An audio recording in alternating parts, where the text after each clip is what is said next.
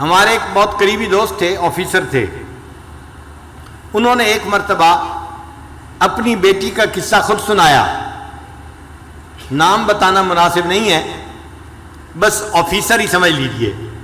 وہ مجھے کہنے لگے اللہ نے مجھے اتنی خوبصورت بیٹی دی، اتنی خوبصورت بیٹی دی کہ لاکھوں میں نہیں کروڑوں میں اتنی خوبصورت بچی کوئی نہیں ہوگی، کروڑوں میں۔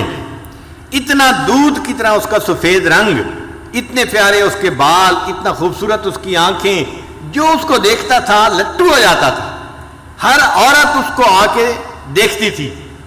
کہنے لگا کہ میرے گھر میں عورتوں کا، محلے کی عورتوں کا مجمع لگا رہتا تھا، عورتیں کہتی تھیں کہ اس کے گھر کے قریب سے ہم گزرتی ہیں، ہمارا دل چاہتا ہے ہم اس بچی کو دیکھیں، ہم بچی کو دیکھنے کے لیے آئے ہیں۔ کہنے لگی وہ بچی ذہین بھی اتنی تھی کہ بلا کی ذہین، اس کو میڈیکل میں داخلہ مل گیا اور وہ میری بیٹی ڈاکٹر بن گئی، اور ڈاکٹر بھی ایسی کانفیڈنٹ تھی کہ سرجن ڈاکٹر بنی۔ کہنے لگا خوبصورت بھی تھی اور قابل بھی تھی، سرجن ڈاکٹر بھی تھی، اس کو ہاسپٹل میں ایک بہت اچھی جاب مل گئی۔ اب جب اس کی عمر 28 سال ہوئی تو میں نے اس کے لیے رشتے ڈھونڈنے شروع کیے۔ کہنے لگے رشتے کا نام لینا تھا کہ رشتوں کی تو بھرمار لگ گئی، ہمارے پاس اس بچی کے لیے 100 رشتے تقریباً آئے۔ اب ہم میاں بیوی پریشان تھے، کس کو ہاں کرے اور کس کو نہ کرے۔ یہ وزیر کا بیٹا ہے، یہ امیر کا بیٹا ہے، یہ فیکٹری والے کا بیٹا ہے، یہ بزنس مین کا بیٹا ہے، اور بڑے بڑے نامی گرامی خاندانوں کے رشتے بیٹی کے لیے۔ ہم چاہتے تھے کہ کوئی رشتہ فائنل کر دیں، مگر میری بیٹی کے اندر عجب اور تکبر بہت تھا، جو رشتہ آتا وہ کوئی نہ کوئی اس کے اندر عیب نکال دیتی۔ یہ لڑکا تو دیہاتی نظر آتا ہے، میں اس سے شادی نہیں کروں گی۔ اور کئی مرتبہ کہتی لڑکا تو ٹھیک ہے، ڈاکٹر ہے، مگر اس لڑکے کی ماں دیہاتی ہے، میرا گزارا نہیں ہوگا۔ لڑکے کی ماں دیہاتی ہے، اس پہ رشتہ نہ کر دیتی۔ کہنے لگے کہ 2-4 سال تو اسی طرح گزر گئے، روز کا کام تھا، رشتے آتے اور بچی نہ کر دیتی، اور ہمیں رشتے پسند بھی آتے کہ لڑکا سمجھدار ہوتا، تعلیم یافتہ ہوتا، اور اچھا اس کا کام کاروبار ہوتا، مال پیسے والا ہوتا، سارے وسائل اس کے پاس ہوتے، مگر بچی کا دل مطمئن ہی نہیں ہوتا تھا۔ اور جب ہم اسے کہتے کہ بیٹی رشتہ تو اچھا ہے، تو بیٹی آگے سے جواب دیتی ان رشتوں کا کیا، یہ تو سینکڑوں رشتے جو ہے آ سکتے ہیں، ان کا کیا ہے۔ کہنے لگے کہ 3-4 سال کے بعد اس کی عمر 34 سال ہو گئی، اب رشتے آنے ذرا کم ہو گئے، مگر بچی کو پھر بھی یقین تھا کہ میرے لیے ضرور اچھا رشتہ آئے گا۔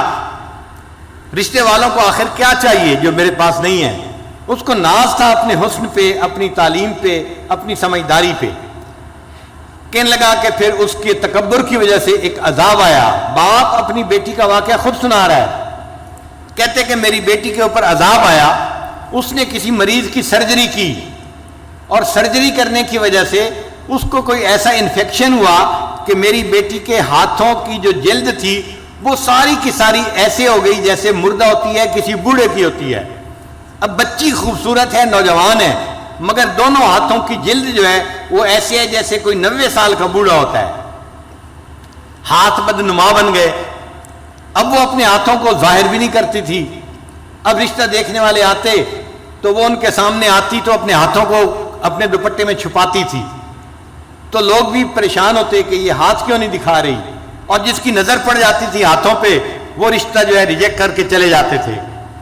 اب جب رشتے ریجیکٹ ہونے لگے تو میری بیٹی کو فکر لاحق ہوئی، کہنے لگا کہ پھر پریشان ہوئی، مجھے کہتی ابو آپ کوئی رشتہ سلیکٹ کر لیں، اب میری عمر 36 سال ہو گئی ہے، لیکن جس سے رشتہ کرنے کی ہم کوشش کرتے وہ ویسے لڑکی کو دیکھتے تو پسند کرتے تھے، جب اس کے دونوں ہاتھوں کو دیکھتے تھے تو ریجیکٹ کر دیتے تھے۔ ساس نہیں مانتی تھی، نند نہیں مانتی تھی، لڑکا نہیں مانتا تھا، ہم ایسی لڑکی سے شادی نہیں کر سکتے، ہو سکتا ہے بیماری بڑھ جائے اور پورے جسم کی جلد ایسی بن جائے، ہم اس لڑکی کے ساتھ کیسے گزارا کریں گے۔ کہنے لگے کہ پھر ایسا وقت آیا کہ رشتے آنے ہی بند ہو گئے۔ کہتے ہیں کہ میں باپ ہوں، اپنی بیٹی کی بات بتا رہا ہوں، ایک ایسا وقت آیا وہ میری بیٹی جو نماز نہیں پڑھتی تھی وہ رات کو تہجد پڑھتی تھی اور اس کے آنسوؤں سے مسلح تر ہو جاتا تھا، وہ اللہ سے اپنے لیے بہتر رشتہ مانگتی تھی اور رشتہ نہیں ملتا تھا۔ میں نے اپنی بیٹی کو جو ذلیل ہوتے دیکھا تو میں باپ ہو کے بتا رہا ہوں کہ کہ واقعی انسان گناہ کرتا ہے اس کی سزا آخرت میں تو اس کو ملے گی صحیح، اللہ تعالیٰ دنیا میں بھی اس کی سزا بندے کو دے دیتے ہیں۔ ایسا اس کا تکبر ٹوٹا کہ ایک دن مجھے کہنے لگی ابو آپ کسی ریڑھی والی سے ہی میری شادی کر دیں، اب تو میری عمر 40 کے قریب ہونے لگ گئی ہے۔ اب وہ ڈاکٹر جس کو اپنے حسن پہ ناز تھا، جو سمجھتی تھی میں حور پری ہوں اور کروڑوں میں میری جیسی کوئی خوبصورت نہیں، وہ بچی اپنے باپ کو کہہ رہی ہے بھلے کسی ریڑھی والی سے ہی اب میری شادی کر دیں، میری عمر 40 سال ہونے کو ہے۔ تو گناہوں کی سزا مختلف شکلوں میں ملتی ہے، ان میں سے ایک شکل بیماری بھی ہوتی ہے، اور ایک شکل ہوتی ہے کہ انسان کو اللہ تعالیٰ لوگوں میں بے عزت کر دیتے ہیں، لوگوں کے دل سے اس کی عزت نکال دیتے ہیں۔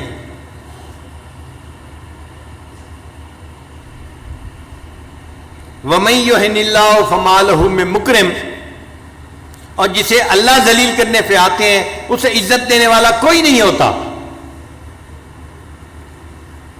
ایک آفیسر تھا 21 گریڈ کا،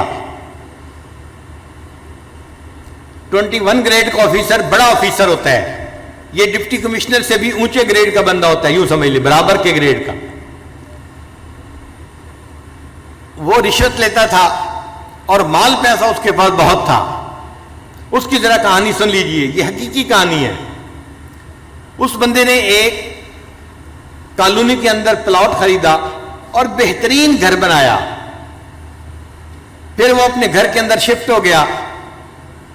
جب گھر کے اندر شفٹ ہوا تب اس کو پتا چلا کہ گھر کے بالکل ساتھ مسجد تھی اور مسجد کی اذان کی آواز اس کے گھر میں آتی تھی۔ اب جو نیک بندہ ہے وہ تو خوش ہوتا ہے کہ مسجد کا پڑوس مل گیا، جو فسق و فجور میں پڑا ہوتا ہے، بے نمازی ہوتا ہے، اس کو مسجد کا پڑوس نہیں چاہیے ہوتا۔ چنانچہ یہ رات کو سویا ہوا تھا، مؤذن نے فجر کی اذان دی، اس کی آنکھ کھل گئی۔ اب اس کو بڑا غصہ آیا کہ اس نے میری نیند خراب کر دی۔ صبح اٹھا تو اس نے مؤذن کو بلوایا اور مؤذن کو کہا کہ تم فجر کی اذان سپیکر پہ مت دیا کرو، میری نیند خراب ہوتی ہے۔ مؤذن نے جا کے محلے کے لوگوں کو بتایا، انہوں نے کہا کہ بھائی ہم تو بوڑھے ہیں، گھڑی کا ٹائم دیکھ نہیں سکتے، ہم تو اذان کی آواز سنتے ہیں فجر میں تو مسجد میں آتے ہیں، اگر آفیسر صاحب کو پرابلم ہے تو یہ اپنا گھر مسجد سے دور کہیں جا کر خرید لیں، کیوں انہوں نے قریب خریدا ہے؟ یہ جگہ بدلے، مسجد تو نہیں بدل سکتی، تم اذان کی آواز دو سپیکر پہ۔ تو مؤذن نے اگلے دن پھر سپیکر پہ اذان دے دی۔ اب اس بندے کی جب پھر نیند خراب ہوئی، اس کو بڑا غصہ، میں نے مؤذن کو بلا کے کہا بھی تھا اذان کی آواز نہ دینا فجر کے وقت میں سپیکر پہ، اس نے میری بات نہیں مانی۔ اس نے دن میں اس مؤذن کو بلایا اور اس کو پھر اس نے ایک تھپڑ لگایا، میں نے تجھے نہیں کہا تھا، تجھے میری بات سمجھ نہیں آئی تھی، میں فارسی بول رہا تھا، تو کیوں نہیں سمجھا، کیوں تو نے اذان دی؟ اب مؤذن کو جو تھپڑ پڑا وہ بیچارہ تو صبر کر گیا، مگر اللہ کا نظام حرکت میں آ گیا۔ اب اس آفیسر کے اوپر پکڑ آئی، اور وہ پکڑ کیسی تھی کہ اس کے دونوں بازوؤں کے اوپر فالج کا اٹیک ہو گیا اور دونوں بازو اس کے یوں سینے کے اوپر لگ گئے۔ اب بازو لمبے بھی نہیں کر سکتا اور بازو یہاں پر ہیں اور وہ کام بھی نہیں کر سکتا۔ جب کام نہیں کر سکتا تو دفتر والوں نے اس کی نوکری سے چھٹی کروا دی۔ وہ جو رشوت کا پیسہ آ رہا تھا، ایک پائپ لائن لگی ہوئی تھی پیسے کی، وہ سب ختم ہو گئی۔ اب یہ گھر میں پڑ گیا، بیوی خدمت کرنے لگی، مگر مزاج افسرانہ تھا، شاہانہ تھا۔ بیوی کھانا لاتی، اس میں عیب نکالتا، گرم نہیں، نمک ایسے نہیں، فلاں ایسے نہیں، ہر چیز میں عیب۔ اب بیوی بھی تنگ آ گئی کہ میں سارا دن خدمت بھی کرتی ہوں اور چھوٹی چھوٹی باتوں پہ یہ اتنا غصہ بھی کرتے ہیں اور بچوں کے سامنے مجھے ڈانٹتے ہیں، ذرا ذرا سی بات پہ یہ بیوی کو گالیاں دینے لگ جاتے۔ 1 سال بیوی نے گزارا کیا، پھر ایک دن بیوی نے کہا کہ دیکھیں میں نے 1 سال آپ کی بیماری میں آپ کی دن رات خدمت کی ہے، میں انسان ہوں، میں تھکی ہوئی ہوتی تھی، آپ کی خدمت کو ترجیح دیتی تھی، آپ نے میری خدمت کی قدر نہیں کی، آپ نے بچوں کے سامنے مجھے گالیاں دیں، میں خاندانی لڑکی ہوں، میں اتنی گری پڑی لڑکی نہیں کہ آپ مجھے بات بات پہ گالیاں دیں، میں اپنے بچوں کو لے کے جا رہی ہوں، آپ جانے، آپ کا کام جانے۔ تو ماں نے اپنے بچوں کو لیا اور اپنے ماں باپ کے گھر چلی گئی۔ اب یہ اکیلا پڑا ہوا ہے، گھر میں کوئی کھانا پوچھنے والا نہیں، دینے والا نہیں۔ ہمسائے میں بھائی رہتا تھا، بھائی کو پتا چلا تو بھائی اس کو گھر لے کے گیا اور اس نے اپنے بھائی کو کہا کہ دیکھو اب تم میرے چھوٹے بھائی ہو، میں نے ساری عمر تمہارے ساتھ اتنا احسان کیا ہے، تم میری خدمت کرو، میں تمہارے باپ کی جگہ ہوں۔ تو بھائی گھر لے کے چلا گیا، اس نے اپنے بیوی بچوں کو کہا کہ میرے بھائی کی خدمت کرو، یہ بیمار ہے۔ مگر جو مزاج بگڑا ہوا ہوتا ہے وہ تو ہر جگہ بگڑا ہوا ہوتا ہے۔ اب بھائی کے گھر میں بھی اس کا حال یہی کہ بھابھی چائے لے کے آئی، یہ تو گرم نہیں ہے، اور تمہیں تو سلیقہ نہیں ہے، تمہیں تو فلاں نہیں ہے۔ تو بھابھی اس کی باتیں کیسے برداشت کرتی؟ اس نے چند دن دیکھا، چند دن کے بعد اس نے اپنے خاوند کو کہا یا تو تم بھائی کو گھر پہ رکھ لو یا پھر مجھے گھر پہ رکھو، ورنہ میں گھر سے جا رہی ہوں۔ اب بھائی کو اپنا گھر بھی ٹوٹتا نظر آیا۔ ایک دن بھائی نے آ کے اس کو سمجھایا، میری بیوی آپ کی خدمت کرتی ہے، میرے بچے آپ کی خدمت کرتے ہیں، آپ ان کو کیوں ڈانٹتے ہیں، کیوں ان سے غصے ہوتے ہیں؟ اس نے بھائی کو بھی جو ہے وہ سنانی شروع کر دی، تم رن مرید ہو، تم بیوی کے جو ہے وہ جو ہے غلام ہو، تم کوئی انسان ہو، تم مرد ہو، تمہارا یہ حال ہے، تمہارا یہ حال ہے۔ اب جب اس نے بھائی کو اس کے بچوں کے سامنے ڈانٹا تو بچوں نے اپنے باپ سے کہا ابو جی اس بھائی کو یہاں سے چھٹی کراؤ۔ بھائی کو بھی غصہ آیا، تقریباً دن کے کوئی 9 بجے تھے، گرمی کا موسم تھا۔ اس نے اپنے بچوں کے ساتھ اس کی چارپائی کو اٹھایا اور اٹھا کے اس کو باہر جا کر گلی کے اندر رکھ دیا۔ سڑک تھی دروازے کے اوپر، اب یہ سڑک کے کنارے پڑا ہوا ہے اور اس کے جو ہے وہ پوچھنے والا کوئی نہیں، اس کو کھانا دینے والا کوئی نہیں۔ جب سورج اور بلند ہوا تو گرمی بھی تھی، پسینہ بھی تھا، اور اللہ کی شان دیکھیں اس دوران اس کو ٹانگوں پہ فالج ہوا اور اس کی ٹانگیں بھی جیسے ہاتھ سینے پہ لگے ہوئے تھے، ٹانگیں بھی سینے کے ساتھ لگ گئیں۔ اب یہ گوشت کا لوتھڑا بن گیا، نہ ہاتھ ہلا سکتا ہے نہ پاؤں ہلا سکتا ہے، صرف دیکھ سکتا ہے، بول سکتا ہے، سڑک کے کنارے پڑا ہوا ہے۔ اب اس کو بھوک لگی ہوئی ہے کیونکہ 1-2 دن سے اس نے کھایا نہیں تھا۔ اب جب اس نے آتے جاتے لوگوں کو دیکھا تو لوگوں سے بھیک مانگنی شروع کر دی، اللہ کے نام پہ مجھے دے دو، میں بھوکا ہوں، مجھے بہت بھوک لگی ہوئی ہے۔